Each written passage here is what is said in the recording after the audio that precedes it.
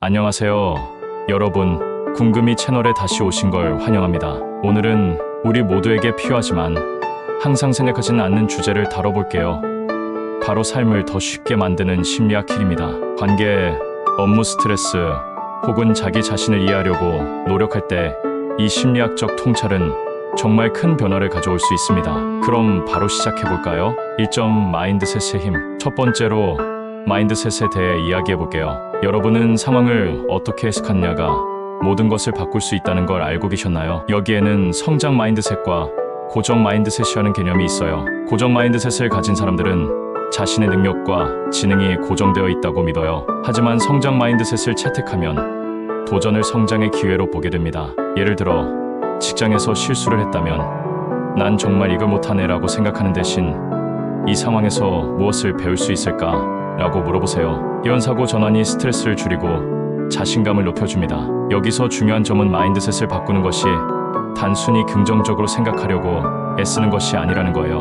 오히려 도전을 기회로 삼고 실패를 배우는 과정으로 받아들이는 태도가 핵심입니다. 예를 들어 여러분이 새로운 기술을 배우고 있다면 초기의 좌절감은 자연스러운 과정임을 인정하세요. 성장 마인드셋은 이런 과정을 수용하고 지속적으로 자신을 격려하는 것입니다. 이와 관련해 마인드셋을 바꾸는데 도움을 주는 습관은 작은 일에서 시작할 수 있어요. 매일 아침 자신에게 긍정적인 말을 건네거나 스스로에게 성장하는 모습을 상상하며 짧은 시간을 투자해보세요. 꾸준히 연습하면 사고 방식이 자연스럽게 변합니다. 2점 감정 조절 팁. 다음으로는 감정 조절에 대해 이야기해볼게요. 우리는 모두 감정이 통제 불가능하다고 느끼는 순간들이 있죠. 여기 간단한 팁이 있습니다. 감정을 이름 붙이기.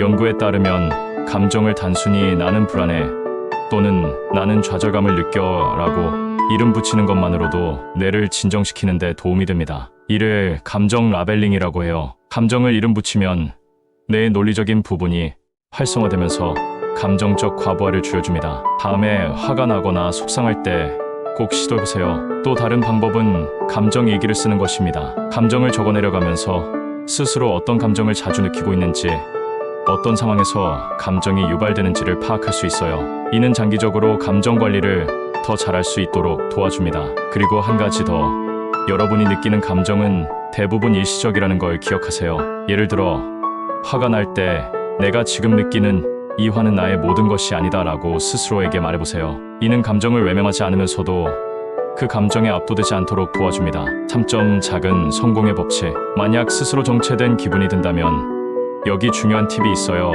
작은 성공에 집중하세요. 거대한 목표를 한 번에 달성하려고 하기보다는 작고 관리 가능한 단계로 나누는 거예요. 예를 들어 건강해지고 싶다면 하루에 물 한 잔 더 마시기나 5분만 걷는 것부터 시작하세요. 작은 성공은 동력을 만들어내고 이 동력이 큰 변화를 만들어냅니다. 그리고 중요한 점은 작은 성공을 축하하는 것입니다. 많은 사람들은 작은 목표를 달성해도 스스로를 격려하지 않아요. 하지만 이 작은 성공들은 자신감과 성취감을 쌓는데 필수적입니다.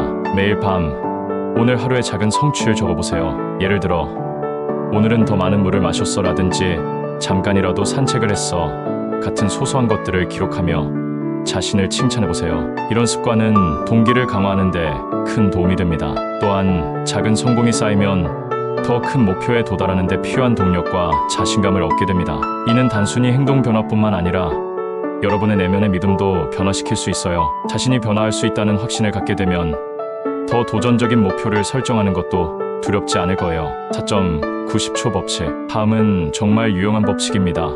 90초 법칙. 신경과학자 질 볼트 테일러 박사에 따르면 강한 감정을 느낄 때 뇌는 약 90초 동안 일을 처리한다고 해요. 그 이후에 계속되는 감정은 우리가 그 이야기를 마음속에서 반복해서 떠올리기 때문입니다. 그래서 다음에 화가 나거나 속상할 때는 멈추고 90초를 기다려보세요. 깊게 숨을 들이마시고 이렇게 스스로에게 말해보세요. 이 감정은 곧 지나갈 거야. 놀랍도록 효과적입니다. 90초를 기다리는 동안 여러분은 심호흡을 하거나 단순히 감정을 관찰할 수 있어요. 예를 들어 내가 지금 느끼는 이 화는 어떻게 생겼을까?